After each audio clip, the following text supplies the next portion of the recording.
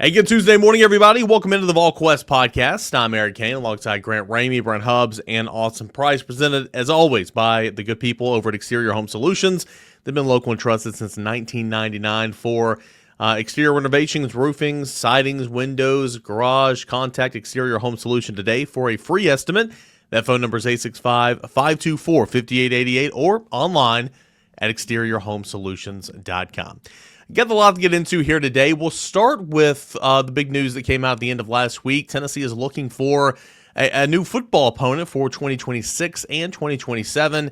It was Nebraska. Danny White making sure it was Nebraska that canceled, not Tennessee and Nebraska. It was Nebraska that canceled the home and home again for 2026 and 2027. First and foremost, what's the fallout of this, Brent Hubbs? Where does Tennessee go from this? And, I mean, you know, he does have a point, 18 months to kick off. It's not like there's a lot of suitors out there that are saying, oh, yeah, we'll play you. We got an open date.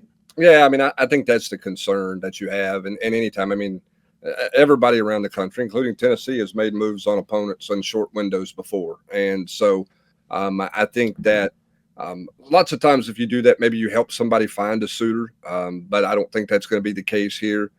I think the concern, if you're Danny White, is that you're going to end up playing – Grant, 5 straight years where you're playing a neutral site game if you can't find a home and home. I think that's the concern you have, because you got Syracuse this year, potential neutral site in 26 and 27, and then a neutral site game against West Virginia in a game that is gross in Charlotte in 28. You played a neutral site game against NC State this past year.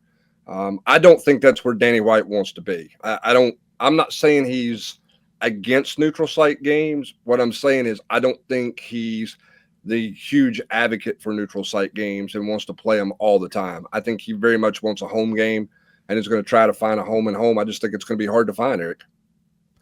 Yeah, it certainly feels like it's going to be hard to find. How much will that cost to maybe get said team to move some things around? I don't know. We'll have to see. But again, 18 months out from the first game in this home and home, and Tennessee's looking for at least an opponent for 26 and 27. Austin, do you think and Danny White mentioned this a little bit in his comments to Volquest, but do you think the potential schedule has anything, or the in-conference schedule has anything to do with this process in terms of 8 to 9 games in the SEC?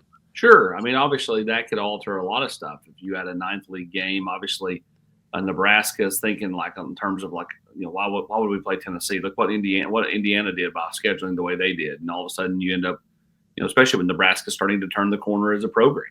And so I get it. I tell several of my high school buddies all the time, schedule wins. Like, that helps you, like, from just the optics standpoint. Well, at the college level, optics matter. And so why not schedule wins in it? But I also understand, like, it's frustrating to do this at the last turn. Now, if I was Danny and I could not find a home and home in 26 and 27, Brent, I would kill the West Virginia game in 28. Like, I don't know if you have how feasible it is to get out of that, but if I've got to do neutral site games in 26 and 27, I would try to openly figure something out for 28 and 29 in terms of a home and home to counterbalance this. Because at the end of the day, I mean, he is the AD, and I mean, like, maybe it's not all his fault, but like, thus you get the whole moniker of the neutral site love. And so, I mean, Tennessee fans, I mean, like, they like to go places, and going to Atlanta to play Syracuse and going to Charlotte to play West Virginia and, so on and so forth. I think they just don't get jazzed up about that the same way they did when they went to Notre Dame in 05 or Cal in 07. You know what I'm saying? Like, I think they like the home and homes. And so I think the fan base would get more fired up, especially if you have to do it in 26 and 27, if you figured out 28 and 29 and got rid of that Charlotte game. Well, Grant, that's gross. I mean, that's a good idea, but the problem is you're supposed to go to Washington 29 and 30. So you can't play a home and home in 28 and 29. You're kind of pigeonholed into that neutral site game unless you do home and home in 27 and 28. I thought the Washington was 30 and 31, but you would know better. I think it's 29 and 30. Maybe you would know better than I. It's 29. I got it right here. It's 29. Yeah, I think it's 29. So Grant, I think the question becomes, you don't have to be married to 26 and 27. Right? The short window is 26. There's a real chance you get neutral sided there. But can you find something in 27 and 28 and get out of that, maybe to get out of that West Virginia game? is the Big Ten and the SEC, Grant, you think they're going to play this challenge? I mean, it sounds fun for fans on in discussion point, but I mean, do we think that these two leagues are going to really do that in addition to adding a conference game in the SEC? It's hard for me to believe. I mean, it's easy to talk about, but like Austin said, schedule wins. Do take the Indiana model if you can take the Indiana model. Whatever you got to do to be a consistent playoff contender. I think there's a million questions that this presents, and I think the answer is there's not going to be a great opponent added to fill in that blank because it's just not that easy to line up. Teams that have bye weeks or off dates and that line up with what those Nebraska dates were and say, okay, we'll play them. It's not as easy as just picking up the phone and that's it. I mean, it depends on what they want to do. And the neutral site stuff, yeah, that wears on fans. I mean, that'll be a third trip to Charlotte in how many years? What the Pruitt West Virginia game this 18? Past year, and then 28, and they're going back to Atlanta to start the 25. See, like, where else could they go neutral site for some of these games? It feels like they haven't been X number of times over the last X number of years, which I feel for the fans there, and I understand their frustration with those games. I also understand from the Tennessee perspective of you got to take what you can get, and some of that is neutral site locations, neutral site games, places that you've been before. I think, like I said, there's a million questions that this presents. I just don't think there's a lot of good ansers. Eric, when does the Titans' new stadium going to open up? What's the slated opening window of that? 20. Gosh, I want to say like 29. Is that right? No, sooner than that. I thought it was 27. Yeah, I mean, that sounds more likely. I mean, if you're going to go neutral site, okay, right? I mean that wouldn't get fans fired up. It's a brand new facility. It's 2.5 indoors. They're playing indoors. 27. Yeah. I was going to say 29. Is that the same group building that doing the Lindsey Nelson remodel? The same group that's been doing the Anderson Training Center expansion. So I mean, that would be a great place to have a neutral site game because again, I mean it's going to be indoors and do things year round. Yeah, I mean I think that'd be an option. I mean that would get fans' attention, right? And you're in state, particularly if you could bring a name opponent in there. I mean that would be fun. I mean better than the Virginia game, which I mean they weren't very good. It was 112 degrees. I mean if you could get a good game in there in that facility, I think fans would be okay with that. I'm with Grant. I don't think Charlotte moves anybody's fancy or tickles their fancy, and I don't think Atlanta does a whole lot for people, even though those are drivable. That Charlotte drive for people that live in Nashville and Memphis is a haul. I mean that's a workload to get there. You can get to Atlanta quicker, No, I think this whole Nebraska contract gives you like the perfect example of how difficult this stuff is because this was initially signed in 2006. 06. We're sitting here in 2025. It was pushed back from 16. Was it 16, 17? It was pushed back in 13 because of the Battle of Bristol, which was scheduled 3 years in advance. And then it was pushed back another 10 years to 26, 27. And here we are again. Now it's off like I were talking about 18 months before kickoff. It's crazy. So it made me wonder, and I know this is not going to be pick of the litter here, okay, because, again, everybody else already has their schedules pretty much done, right? Or if they have an open date, does it line up for both, when you need it to, both seasons and all that? But if you could pick a home and home as a football fan, a home and home, who would you like to do a home and home with? AP's going to Boston. He's been trumping Boston for 4 years on this podcast. Boston College or Wisconsin? I mean, I think in terms of now, listen, if they do this Big Ten SEC challenge, all the old well, you can't schedule them because you might play them at a bowl game and all that stuff goes out the window, right? But I mean, all of a sudden, I just think honestly, we've had so many, neutral site games to go to as media guys. I'm ready for another home and home. Wherever that's at, I don't care who it is. It's just there's just the atmosphere when you go into a cool place is just so much more fun. Like going to Oregon or going to, I know UCLA is a poor example because they don't have a lot of great crowds out there. But Cal was fantastic when we went out there. Notre Dame, Oklahoma when we went out there, with Butch. That was totally different. So I just think for Tennessee. For fans, anything that's just different. But me personally, sure, I'd love to go to Boston. I'd love to go to Camp Randall. I I'd love to see Tennessee and Michigan, do a home and home. Why not? On that, I'm with you with the Michigan. That's going to be one of mine. But I'm with you with Camp Randall. I would love to do a home and home with Wisconsin. I think it'd be a blast. Outside of just wanting to go to the city of Boston, which I'm with you, I enjoy. Why on earth do you want to play Boston College? I don't know. Because when I've always felt that way, it's been like, okay, you're not going to schedule this team or this team or this team because of the bowl possibilities. So that's how my mind's always like. Boston College was always seemed feasible. Wisconsin never really seemed feasible because how many times has Tennessee matched up with them in a bowl game down in Florida or whatever? I just went Boston College because I felt like that's a game that probably don't happen. Boston College is not an upper echelon Power 4 team, that type of thing. But I mean, like I would tell you somebody like like Arizona State, like now would catch my fancy, to go out there. I just think different trips for the fans gets them more engaged. Golich, I know, was having fun on Twitter, Hubbard, but I mean, going to Tampa in September for fans wouldn't be that bad of a thing. Well, I think you have to think about a couple of things if you're an athletics director. One, level of competition in a home and home for your coach, because as Grant, you and Austin both said, Grant, it is still about scheduling wins. Two, remember this too. If you're a playoff team and you get a chance to make a run, you're going to spend a boatload of money in December. So, I mean, that's do you want to go? Do you want to go to Arizona and pay money to go to Arizona for a long weekend, and then you get into a playoff? I mean, look where Oregon had to travel. I mean, if they wanted to go to the first Big Ten championship game, they were in Indianapolis. Then they were home on an open date. Then they had to fly to Pasadena. Then they had to fly to Dallas. And if they'd have won that one, they would have had to fly to Atlanta, right? Am I missing a stop somewhere along the way? Or New Orleans, excuse me. So I think as an AD, you also have to be mindful of how much are you taxing your fans from a financial standpoint on travel, Grant. I would go West Virginia.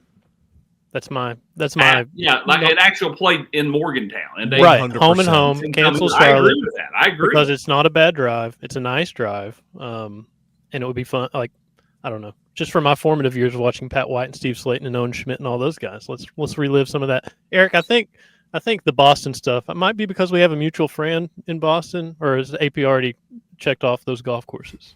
I've checked off some. Okay, never mind. Some of those golf courses.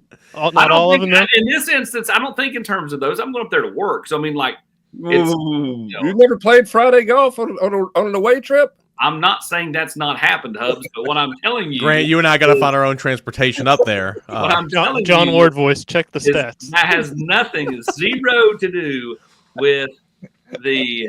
I mean, if that was the case, then I'd be like, let's go back to Cal. And I'll swing down and play, Olympic club. Oh, I mean, if you went to Wisconsin, you wouldn't try to find a way to get to Whistling Straits?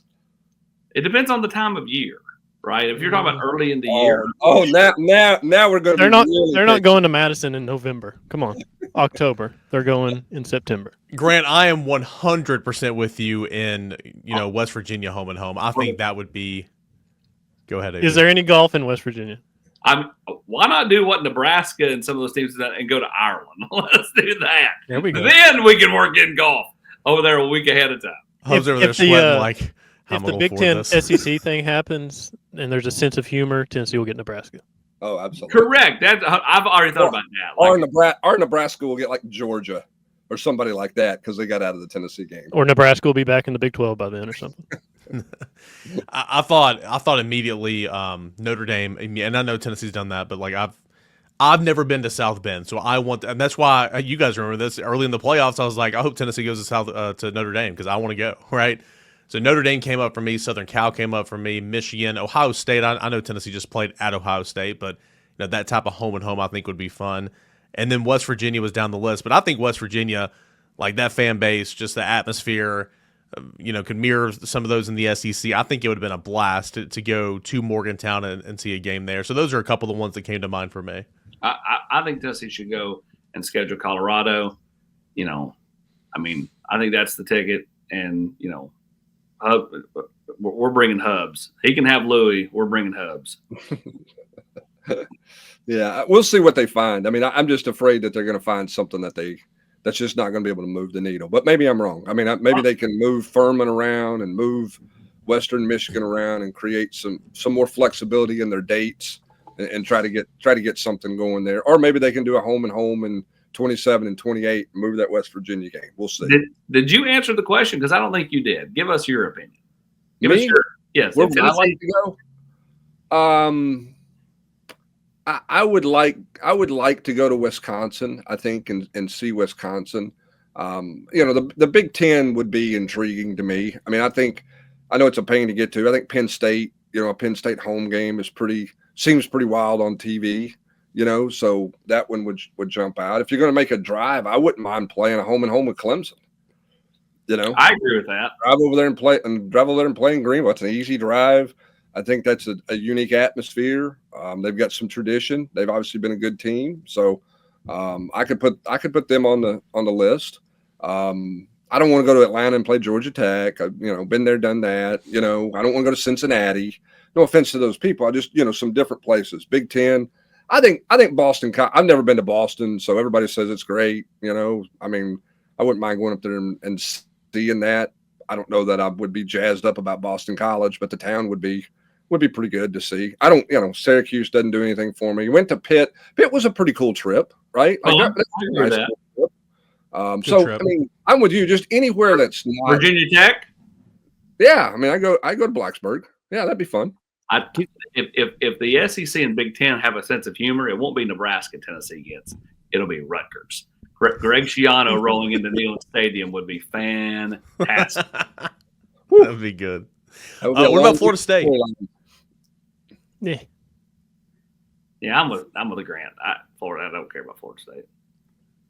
Florida State. I like the Pitt trip, but I think home and homes in college stadiums are better than home and homes in NFL stadiums, or at least one NFL stadium. Yeah, I don't disagree with that. I don't disagree with that. I mean, home campus atmospheres, a lot better than, I mean, like basketball, Grant. I mean, playing in New York it's about going to New York. It's not about the venue. It's about being in the city of New York on those trips. But that's my AP golf trip. I don't go up there to work. Yes, you love the New York, right? Oh, all right. We'll see what happens with this. Of course, Tennessee and Nebraska no longer happening in 26 and 27. Danny White actively looking for a new opponents. We'll see if it's home and home. I'm with the rest of the group. I think it's likely going to be a one-off, even though that's what you try to avoid. But we'll see what happens. I got a little bit of time, and we'll see what Danny White does. When we come back, Chaz Lanier, he went off. Tennessee knocked off number 7. Texas A&M to stay in the hunt for a number 1 seed in the NCAA tournament. All that and more is coming up next here on the Volquest podcast. But first, let's get a word from Exterior Home Solutions. Hey, Sterling, man, come on. We got a roof to replace. Let's go, baby. Let's go. Hey, Sterling, you ready to go to the top? Man, I can't believe you guys been doing this for 25 years. Oh, baby! Now this is what I call a rooftop party. We have 25 years experience in roofing and exterior renovations, and we're backed by the best.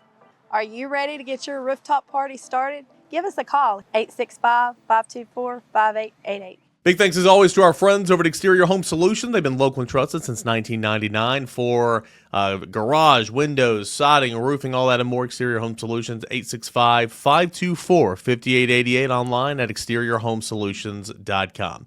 All right, Tennessee basketball did what Tennessee basketball does. Dug itself in a little bit of an early hole, trailed by as many as 9 in the first half, but Chaz Lanier to the rescue. 22 first half points, 30 points, a game high for Chaz.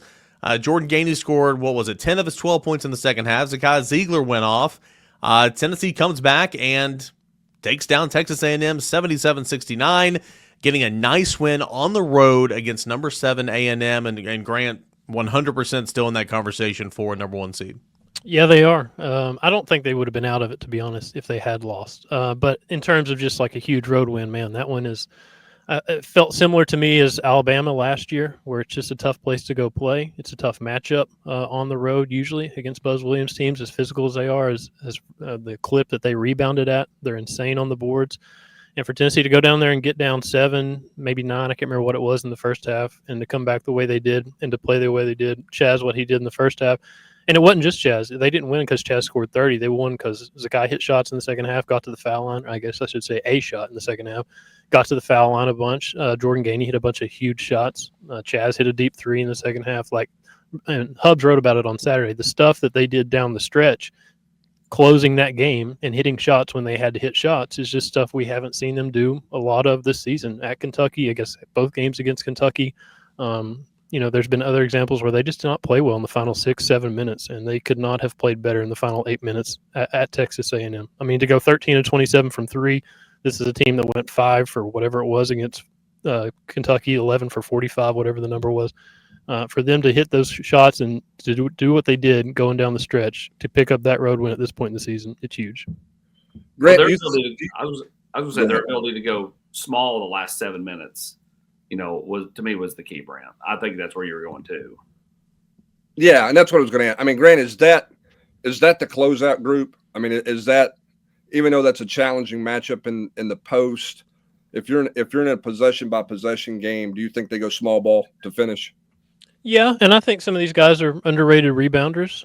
So they don't have to have Felix on the floor to rebound. They don't have to have Cade on the floor to rebound. Like, they've got some other guys that can rebound it. But yeah, what you've seen from the combo of Gainey and Chaz and Zakai has been huge. That those three guys together on the floor. Jemai Mashak, I know he's defense first and defense everything, but he had a couple monster tip-ins in the second half at Texas A&M where he had to kind of get his own rebound, I guess, a couple times to get those shots to go back. And I think Rick talked about that after the game as being two of the bigger moments in that game. But yeah, I think as limited as this team is body-wise and just having 9 scholarship guys at this point available, they still are versatile and they can do a lot of different things and they can play a lot of different ways. But I think that group you saw to close it has to be the group that you see in winning time moving forward.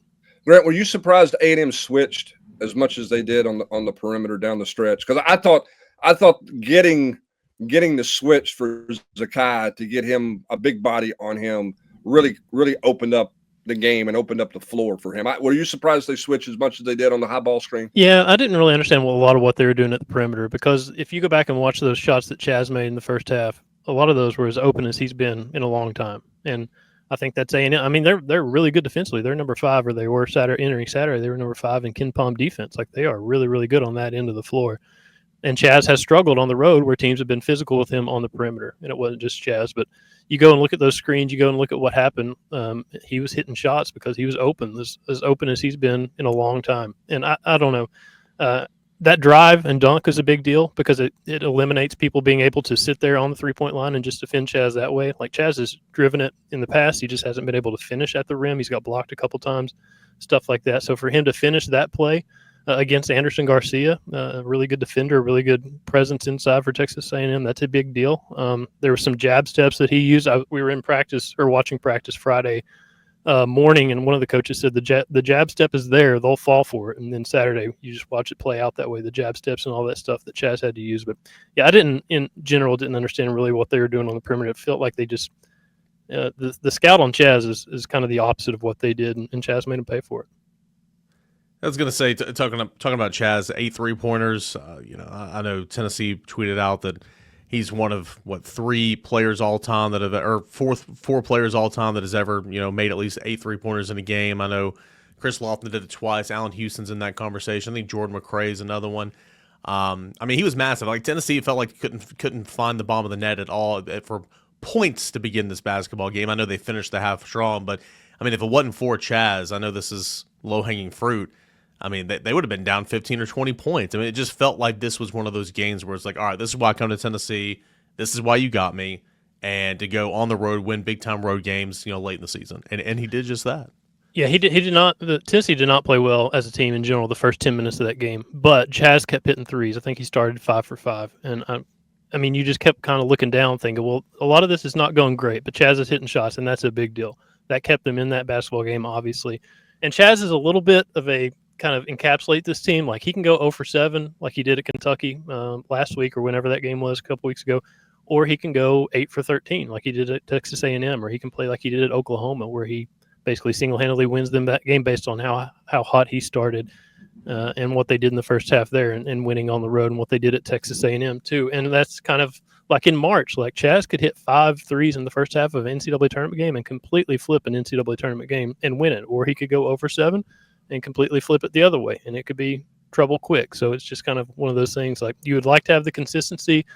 What you can't argue with is his numbers. I mean, he's made 94 threes this year. That's one more than Dalton made in 36 games last year. That's 5th all time on Tennessee's single season 3-point list. Chris Lofton's, I think, the top 3, like 118, 116, 111.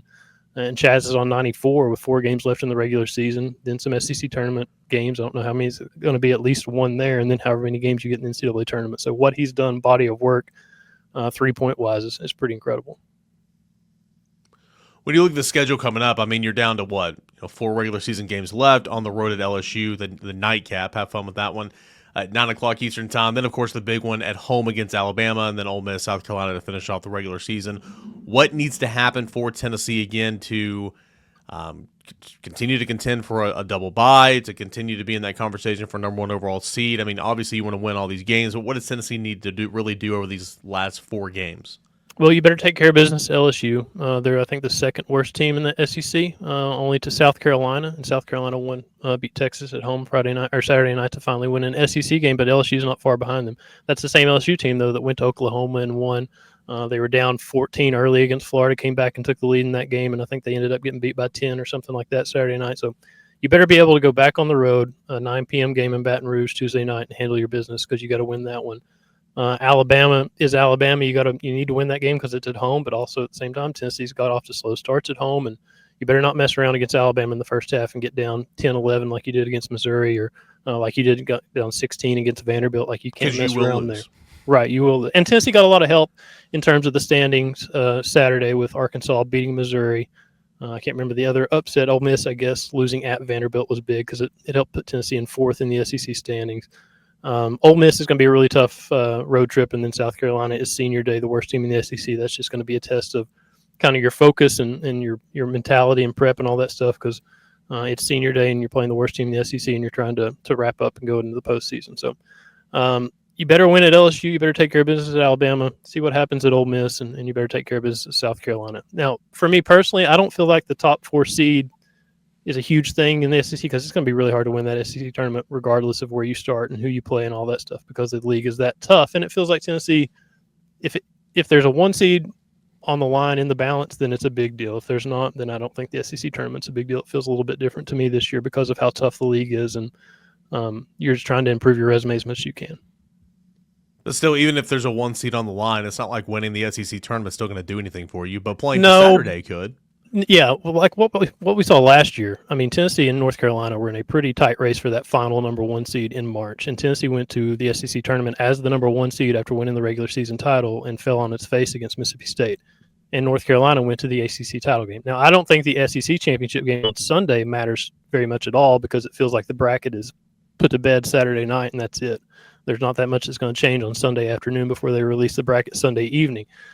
So if there is that 1 seed on the line or in the balance, you better have a good showing Thursday, Friday, Saturday, whatever day it is that you play. You can't help yourself there. It's just you get to Sunday, I don't think it really matters. Tennessee basketball continuing to run through the regular season schedule. 4 games left, and the next one coming up is Tuesday nights on the road in Baton Rouge, 9 o'clock Eastern time. Grant and Rob, of course, will have all the coverage right here at Volquest.com. Last order of business here on the Tuesday podcast, checking in a little bit with Tennessee baseball.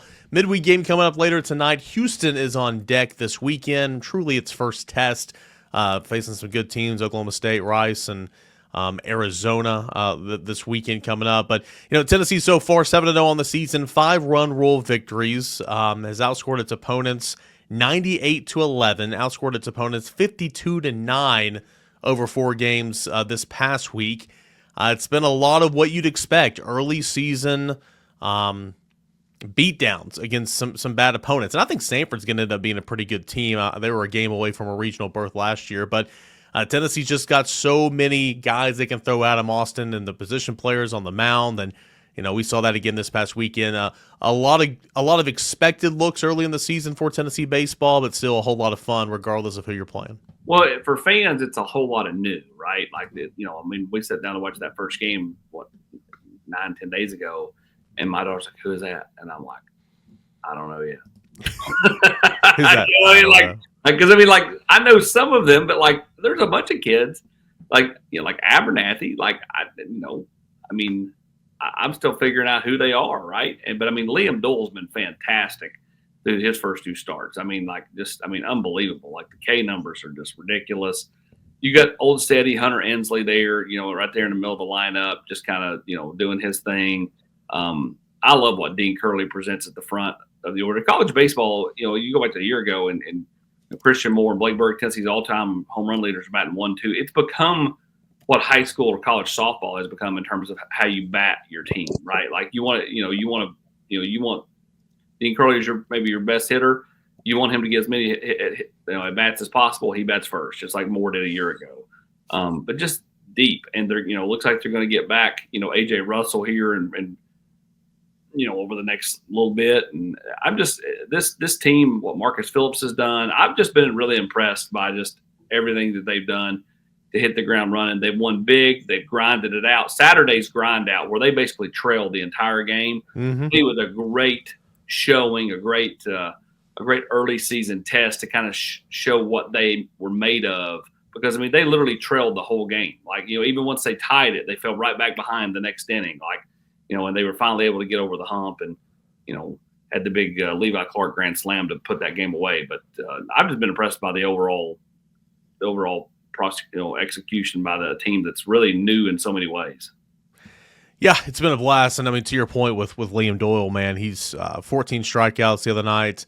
I did the math. In 2 starts, he's collected 31 outs, 25 of which have come via the strikeout. And yes, Sanford, Hofstra, it is what it is, but that's impressive. Jeff County native Tanner Franklin, he has been so good through his first 2 appearances, and I love the looks of Liam Doyle to Tanner Franklin. I know it's righty-lefty, but they both have rise on the fastball a little bit, but Franklin's ball cuts a little bit, and it presents some super, super challenges for right-handed hitters. So I think he's been really, really good. And then, Grant Marcus Phillips on Saturdays, man. I mean, I think we all have questions like about the longevity, but I mean, there's no plans to move him off that role. So far, so good. I don't like necessarily Marcus Phillips and Nate Snead, but still, it's been a good looking group. And if Marcus Phillips can reach his potential as a starting pitcher for this team, and then you got AJ Russell coming back around the bend, and he'll get built up eventually. Man, that starting rotation, by May, which is when you want it to be hitting, is just going to be nasty. Speaking of questions, Eric, I've got a mailbag question from @Grant Ramey. Okay. Do you accept it on a Monday podcast, Tuesday podcast? Yeah, we can do it. You don't have an underscore, by the way. I know, and it's a big deal apparently. Through the first 7 games, Eric Kane, who have you been, I don't know, impressed with the most, head turned the most, eye-opening the most, like just if there's one you can pinpoint that's, I don't know what the word is, surprised, impressed, whatever. Yeah, I just talked about Tanner Franklin a little bit. He would be in that conversation. But it's Reese Chapman. I wrote about it in the Monday 3-2-1.